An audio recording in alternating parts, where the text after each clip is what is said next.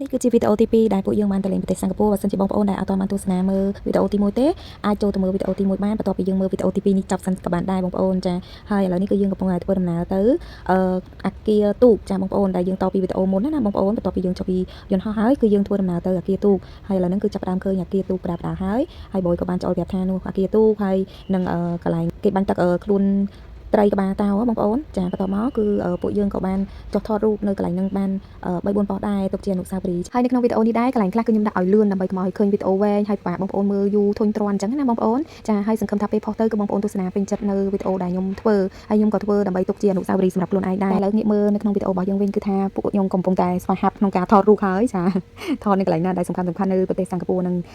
ឥឡូវហ្នឹងគឺពេលដែលយើងថតរូបកន្លែងហ្នឹងហើយយើងក៏បានបន្តដំណើរទៅមកកន្លែងទៀតនៅចិត្តគ្នាហ្នឹងទេអាគារទូកហើយនឹងខ្លួនត្រីក្បាលតោបងប្អូននៅចិត្តគ្នាយើងដើរទៅតែបន្តិចនៅខាងមុខហ្នឹងគឺយើងដល់កន្លែងខ្លួនត្រីក្បាលតោដែលគេបាញ់ទឹកនិយាយទៅគឺដើរលេងនេះគឺទៅតែកន្លែងណាដែលចំណុចសំខាន់ដែរអញ្ចឹងណាបងប្អូនបន្ទាប់មកគឺក៏យើងបានថតរូបនៅកន្លែងហ្នឹងបាន3 4 5ប៉ុស្តិ៍ហើយបានយើងបន្តដំណើរទៅកន្លែងផ្សេងទៀតដែរហើយអាកាសធាតុនិយាយពីថាក្តៅបងប្អូនអើយដោយសារយើងទៅខែក្តៅដែរដល់ពេលអញ្ចឹងទៅគឺអាកាសធាតុក្តៅមិនខុសពីនៅខ្មែរយើងទេព្រោះអាកាសធាតុនៅសិង្ហបុរីនិងខ្មែរគឺមិនខុសគ្នាប្រហែលទេចាតែគាត់ថានៅប្រទេសសិង្ហបុរីគឺសម្បូរដើមឈើស្អាតគឺច្រើនហើយប្រទេសសិង្ហបុរីគឺមិនធំប្រហែលទេបងប្អូនព្រោះនៅពេលដែលយើងជិះនៅក្នុងប្រទេសសិង្ហបុរីហ្នឹងជិះចុះជិះឡើងគឺឃើញតែអាគារទូកហ្នឹងហើយនឹងកន្ត្រកវិលធំនៅក្នុងប្រទេសសិង្ហបុរីហ្នឹងអញ្ចឹងណាអញ្ចឹងគឺมันពិបាកនៅក្នុងការទៅរកកន្លែងឆ្ងាយដើរលេងអីដែរព្រោះនៅកន្លែងដើរលេងហ្នឹងគឺនៅចិត្តគ្នាដែរឥឡូវពួកយើងក៏បានបន្តដំណើរទៅសួន By the Bay ពួកខ្ញុំមិនដឹងថានិយាយខុសឬក៏ត្រូវទេឈ្មោះនេះបងប្អូនចង់ភ្លេចឲ្យបងប្អូនហើយតបមកគឺយើងបានទៅដល់ហើយថតរូបដើរចុះដើរឡើងនៅក្នុងសួនហ្នឹងគឺធំណាស់បងប្អូនហើយពួកយើងក៏បានថតនៅកន្លែងហ្នឹងអត់បានស្អាតទេបងប្អូនដោយសារយើងអត់ជំនាញក្នុងការថតណាបងប្អូនបើសិនជាគាត់ចូលចិត្តក្នុងការថតរូបដើរលេងអីកន្លែងហ្នឹងទេសភាពស្អាតខ្លាំងណាស់ទេសភាពគឺបៃតងគ្រប់កន្លែងតែម្ដងសិតតែដើមឈើហើយឲ្យតែថាជំនាញខាងថតគឺថតស្អាតហើយអាកាសធាតុក្តៅផងពួកខ្ញុំក៏អត់រកកន្លែងណាថតរូបផ្សេងទៀតដែរគឺសម្រុកទៅរកកន្លែងត្រជាក់ចូលទៅកំង burger ឲ្យកូនទៅបានត្រជាក់អញ្ចឹងណាហើយបានចូលមកកំង burger នៅកន្លែង McDonald ហ្នឹងគឺថាកូនខ្ញុំពេញចិត្តតែម្ដងគឺគាត់ចង់បាន burger ហ្នឹងយូរហើយដោយសារ burger ហ្នឹងគេមានថយមានអីចឹងនៅស្រុកខ្មែរយើងគឺអត់មានសាខានៅខ្មែរទេគឺមានតែតាមប្រទេសផ្សេងគឺមានហើយឥឡូវហ្នឹងគឺបានថាកំងហើយក៏ពួកយើងបានមកអង្គុយនៅក្រោមដើមឈើឲ្យត្រជាក់ចាំយើងបន្តដំណើរដើរទៅទៀតចាពួកកន្លែងហ្នឹងធំណាស់ដើរអត់អស់ទេបងប្អូនអើយហើយអាកាសធាតុក្តៅផងចឹងណាចាបន្ទាប់ពីយើងបានអង្គុយនិយាយគ្នាលេងហើយដើម្បីឲ្យកូនញ៉ាំងាយស្រួលដែរចឹងហើយបន្ទាប់ពីកូនបានញ៉ាំរួចរាល់អស់ហើយបានយើងធ្វើដំណើរបន្តទៅមើលកន្លែងផ្សេងទៀតដែរចាហើយកំពុងដើរទៅទៀតហើយបងប្អូនហើយកូនគាត់ជាអ្នកថតរូបពីក្រោយហើយខ្ញុំអូសគាត់អញ្ចឹងហើយកាន់ដៃគ្នាតគ្នាដើរទៅរកកន្លែងមើលកន្លែងស្អាតទៀតហើយកាមេរ៉ាគឺញញ័រតិចហើយចាពូបយគាត់ចង់ថតខ្លួនឯងគាត់ថាគាត់អ្នកថតអញ្ចឹងណាអញ្ចឹងទុកឲ្យមេគាត់អ្នកថតទៅយើងដើរអូសគាត់ទៅហើយបន្ទាប់ពីហ្នឹងហើយខ្ញុំមើលទៅឃើញកាមេរ៉ាយើងញញ័រពេកខ្ញុំក៏ប្រាប់ថាមកឲ្យម៉ាមីថតតអញ្ចឹងទៅឥឡូវយើងព្យាយាមដើរចូលទៅខាងក្នុងដើម្បីរកកន្លែងត្រជាក់ហ្នឹងហើយបងប្អូនហើយកន្លែងហ្នឹងបងប្អូនក៏គេមានលក់សម្បត្តិដើម្បីចូលទស្សនាមានសួនផ្កាសួនទឹកធ្លាក់អីគេផ្សេងទៀតប៉ុន្តែពេលវេលាដែលយើងនៅកន្លែងហ្នឹងវាតិចពេកខ្ញុំអត់ទិញសម្បត្តិចូលមើលទេឥឡូវចូលមកដល់ខាងក្នុងនេះគឺគេមានដាក់ដង្ហើខាងលើតាមផ្លូវអញ្ចឹងទៅគឺអារម្មណ៍យើងក៏រៀងស្រស់ស្រាយដែរវាត្រជាក់អញ្ចឹងណាតមកក៏ចេះតែដើរទៀតទៅក៏ឃើញគេអង្គុយលេងកន្លែងនេះមើលទេសភាពទៅទឹកទៅកងកត្រកអីបងប្អូនចាអញ្ចឹងទៅក៏មានអារម្មណ៍ថាស្រស់ស្រាយហើយមេឃហ្នឹងក៏វាចង់ភ្លៀងដែរបានវាចាប់ផ្ដើមធ្លាក់ខ្យល់អញ្ចឹងណាបន្ទាប់ពីក្តៅក៏ចាប់ផ្ដើមមេឃចង់ភ្លៀងចាឥឡូវហ្នឹងក៏ចុះទៅខាងក្រោមដើម្បីមើលទេសភាពខាងក្រោមថាមានអីគេអញ្ចឹងអានេះផ្លូវគេចូលទៅមើលសួនផ្កាទឹកធ្លាក់អីខាងក្នុងបងប្អូនដែលគេទិញសបុតចូលតែខ្ញុំអត់បានទិញសបុតចូលទេគឺខ្ញុំដើរមើលតែជុំវិញហ្នឹងទៅហើយគេអង្គុយមើលទេសភាពមានបងមានអីអញ្ចឹងណាហើយពួកខ្ញុំក៏បានដើរតាមមួយផ្លែតដែរទេបងប្អូនដោយសារតែមេឃនឹងចាប់ផ្ដើមងងឹតហើយធ្លាក់ខ្យល់ខ្លាំងមែនទែនអញ្ចឹងបងប្អូនចាំទស្សនាទាំងអស់គ្នាខ្ញុំអត់បញ្ចូលសលេងទេបងប្អូនឲ្យស្ដាប់សលេងខ្យល់ខ្លាំងមែនទែនហើយមានគេជីកង់ជីអីពេញនឹងអញ្ចឹងណាតែខាងនោះវិញចឹងតែនោះវិញចឹងមេឃខ្យល់ហើយគឺថាធ្លាក់ភ្លៀងបានសម្រេចមែនអញ្ចឹងអាកាសធាតុគឺប្រែប្រួលខ្លាំងតែម្ដងចាបន្ទាប់ពីមេឃក្តៅហើយធ្លាក់ខ្យល់ហើយភ្លៀងបន្ទាប់ពីយើងជ្រកបានមកបន្លែគឺយើងបន្តដំណើរទៅ Universal កន្លែងសញ្ញាផែនដីតែគេកន្លែងផែនដីដែលគេនិយមថតដល់បងប្អូនចាអញ្ចឹងឥឡូវហ្នឹងគឺយើងឡើងចរាយន្តទៅហើយយើងឡើងទៅដល់គឺឃើញហើយទៀតឃើញបងប្អូនចាចាំទស្សនាទាំងអស់គ្នាហើយមេឃភ្លៀងពេកបាច់ដែរហ្នឹងបងប្អូនទៅដល់ហ្នឹងគឺថតទាំងភ្លៀងតែម្ដងចាដើម្បីបានរូបបើយើងមិនថតទេគឺយើងអត់បានរូបថតទេទៅដល់ហើយគឺអត់ថតមិនកើតទេគឺដើរថតទាំងភ្លៀងតែម្ដង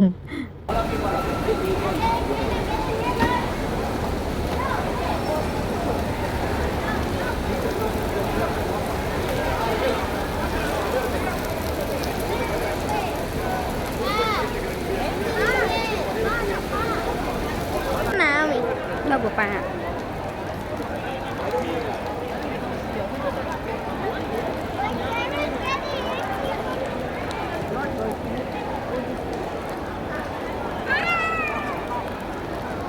ឥឡូវចូលមកដល់ពេលយប់ហើយចាចូលមកដល់ពេលយប់ហើយគឺយើងកំពុងតែនៅក្នុងអាគារទូកហ្នឹងបងប្អូនចាពេលយប់គឺទៅមើលគេបាញ់ទឹកបងប្អូនគេបាញ់ទឹកជាបទភ្លេងព្រោះហើយអ៊ុយនិយាយទៅគឺអស្ចារ្យមែនតើសម្រាប់ខ្ញុំប្លែកភ្នែកបើសិនជាបងប្អូនដែលគាត់ធ្លាប់ទៅប្រដាប់ទេផ្សេងៗគេមានការ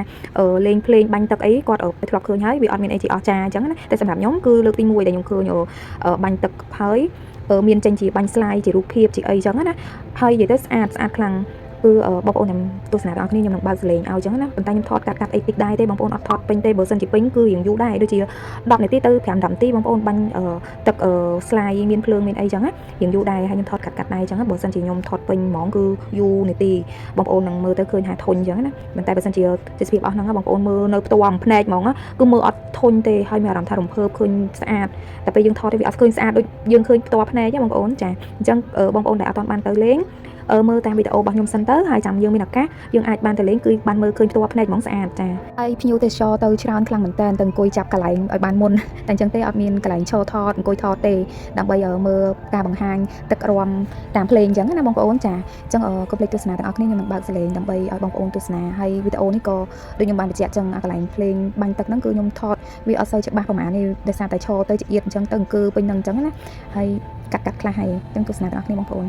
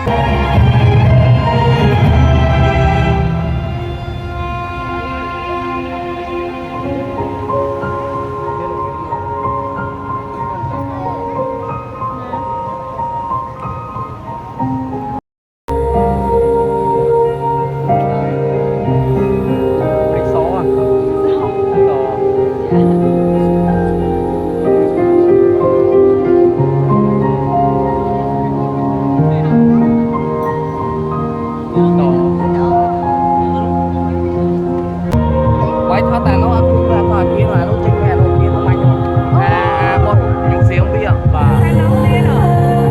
bạn tới